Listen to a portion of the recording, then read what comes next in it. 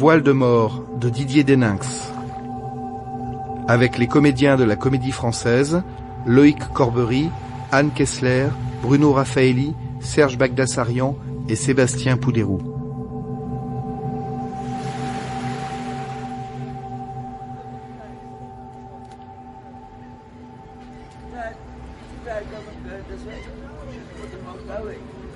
Comme tous les soirs, mes pas me conduisent vers la terrasse du Rossi, sur la Kumul Highway.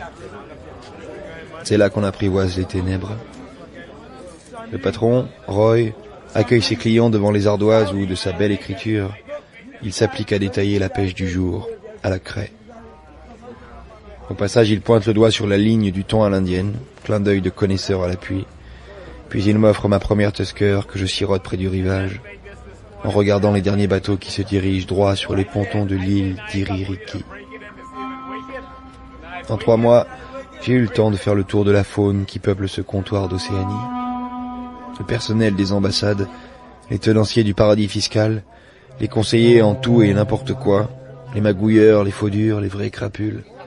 J'ai entendu assez d'histoires de paumés racontées par les principaux intéressés pour nourrir une encyclopédie. Je placerai certainement la mienne en hors d'œuvre. Ici, le soleil ne se couche pas, il tombe. La nuit ne laisse pas le temps à la pénombre de s'installer. La grande salle vitrée ouverte sur la mer commence à se remplir. Les notables en meute, quelques esselés, un arrivage de croisiéristes. Soudain, un cri fige l'assistance avant que des coups portés contre une cloison ne se fassent entendre depuis le recoin dévolu au vestiaire. Je ne peux m'empêcher d'aller pointer mon nez, même si je me doute que ce n'est pas bon pour ma santé. Jimmy, le maître d'hôtel, un Mélanésien taillé pour la boxe, se tient contre la porte des toilettes et parlemente avec son occupant. Un Australien, d'après l'accent. J'arrive à comprendre que le gars est entré en marche arrière et qu'il est coincé sur le trône par une sorte d'effet ventouse. Le mystère se dissipe quand il finit par débloquer le verrou. Oh. Ah oui. Oh. Hello. It's all right, sir? No. C'est le 3e cette année. Oh, il veut rien entendre, mais il va bien falloir les agrandir, ces chiottes de merde. La première fois, il a fallu appeler le plombier. J'ai trouvé le système. Une masse de viande rougie par les coups de soleil occupe la totalité du cagibi. Le short géant baissé sur les chevilles, des bourrelets de chair débordant autour de la faïence.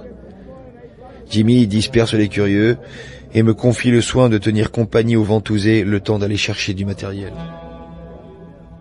2 minutes plus tard, il est de retour avec une pompe à main, normalement destinée à regonfler les pneus de voiture. Il s'accroupit pour glisser le bout du flexible entre les replis anatomiques du prisonnier qui couine et le rebord du siège qui crisse. Dès qu'il a terminé, il me demande d'envoyer l'air. Je m'exécute. Encore. Encore. 3 poussées énergiques suffisent à rétablir assez de pression pour obtenir la libération du touriste qui se précipite